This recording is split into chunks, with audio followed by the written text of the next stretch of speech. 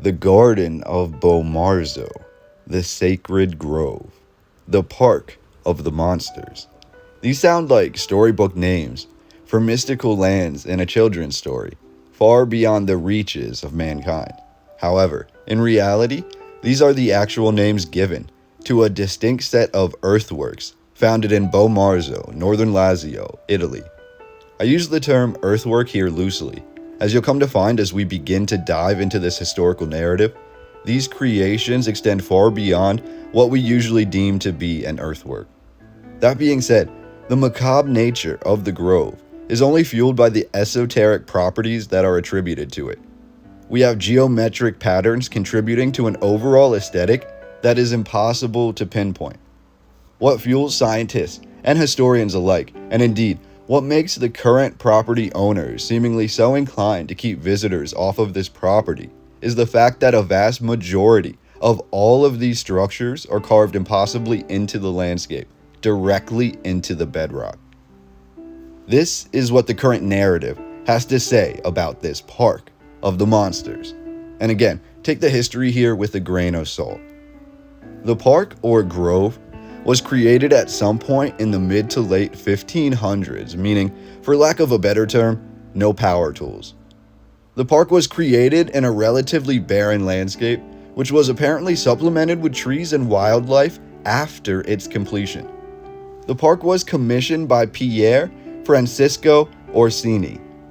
Orsini was a condottiere, meaning a papal captain in charge of commanding various mercenary groups hired by the church and the crown. Besides war, Orsini loved his wife and he loved the arts. His wife was Julia Farnese, who was the granddaughter of the mistress of Pope Alexander VI by the same name.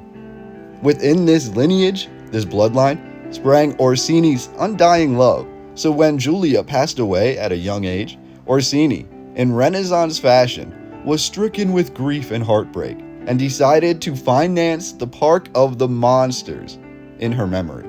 So, according to the currently accepted narrative, Orsini, for his wife's memory, built this mysterious park of the macabre.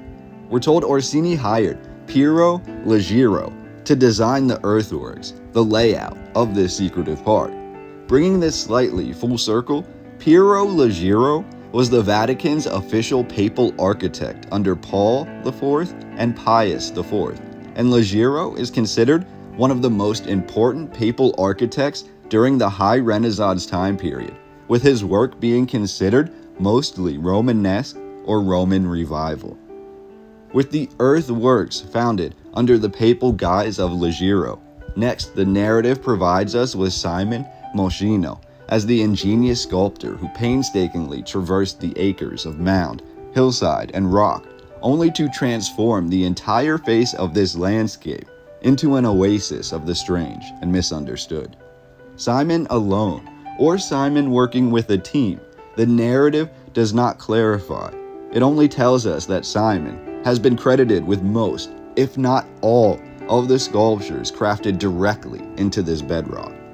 However, it was only in the year 2007 that Simon Moschino, also known as Simon Simocelli, was given this credit. Before that time, it seems, the majority of the history regarding the Park of the Monsters was still shrouded in mystery. And indeed, the mystery continues as really the only thing in Simon Moschino's biography of any significance are his remarkable creations at the Park of the Monsters. How he created these sculptures, we can only speculate. As time passed, the Park of the Monsters remained relatively unknown, hidden away on the private land of the Orsini family, somewhat close to their Orsini castle. While it was documented by some aristocrats who had the privilege of visiting, we're told by the early 1800s this mysterious garden was still mostly off limits and was now becoming relatively overgrown. We're told by the early 1900s the Park of the Monsters was entirely neglected and unrecognizable, passing through many private owners' hands before landing in the lap of the Bettini family. It was around this same time that experimental artist and Renaissance man Salvador Dali came across a brief history of the Park of the Monsters and decided to request a visit, which he was granted.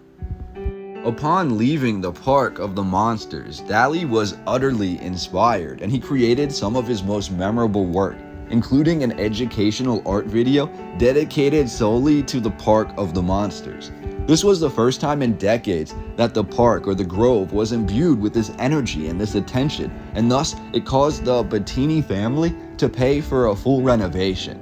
The debris was cleared, the structures were dug up from layers of earth and mud, and the overgrown trees and shrubs were peeled back to reveal the bedrock. Impossible to imagine, but this bedrock was chiseled by hand, meticulously carved over acres of this terrain, and it was done hundreds of years earlier. This is when the Park of the Monsters was truly photographed for the first time, and I've been able to provide for you today an assortment of photographs of these different sculptures found within the park. However, for many years, for centuries really, this park was on private land belonging first to the Orsini family, and unless you were an artistic person, an aristocrat, or a friend of the Orsini family, you most likely did not know this place existed, and if you did hear about it, it was more of a myth or legend than something that could be substantiated, which I believe is a tragedy, because with all the advanced facets found within these structures, we must wonder how all of this was constructed. How was it built? Was it founded this way before the renovation? For example, the main cave, if you want to call it that, which may be seen as an entrance of sorts for the circus of the macabre. This cave is sometimes called the Cave of Whispers. Why so? Because no matter how far you travel into this cave, it was carved so perfectly, and the acoustics are so perfect that even when you whisper in the back of the cave, it comes out the mouth of the cave at an increased volume, as if you were shouting. These are properties which one would imagine you would need technology, algorithms, advanced mathematics, and advanced tools to put into place. And yet, we're told a sculptor with nothing else really on his resume, and the Pope's main architect, essentially went to the middle of nowhere off the grid and not only founded a castle home for the Orsini family, but nearby, in the hills and the mounds, they constructed an immense secret garden dedicated to Orsini's dead wife. Yet it was filled with sculptures of dragons, ghouls, goblins, and what some could deem to be magic tricks, with the Whispering Cave, this acoustic trickery, and the nearby Leaning Tower house, built directly into the bedrock.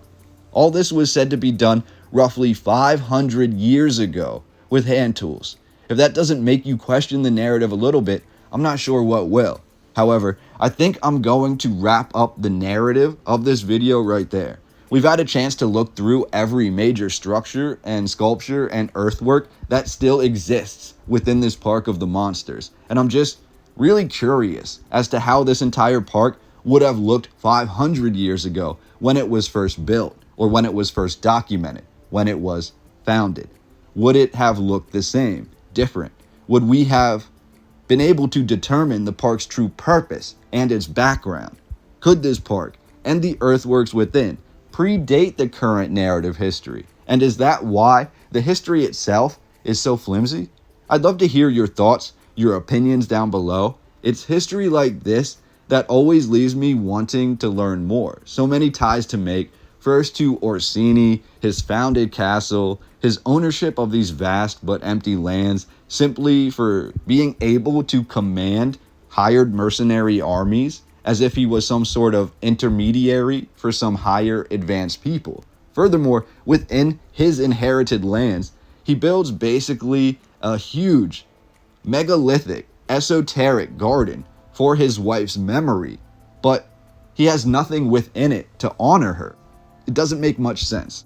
The Park of the Monsters, this sacred grove, has multiple underground tunnels and caves. It has a system which seems to have been dried up as the bedrock interlocks with the man-made carvings. And all the while, the entire park was never meant to be seen by the public. It was always meant to be the sole ownership of one particular Orsini family, a place to mourn or a place to do something more esoteric. It makes you wonder what else is hidden within the lands of these ancient and most powerful families. But I digress. I want to say thank you for joining me today. Thank you for watching, and please hit the thumbs up and join me for the next video. As always, cheers, and I'll see you on the next one.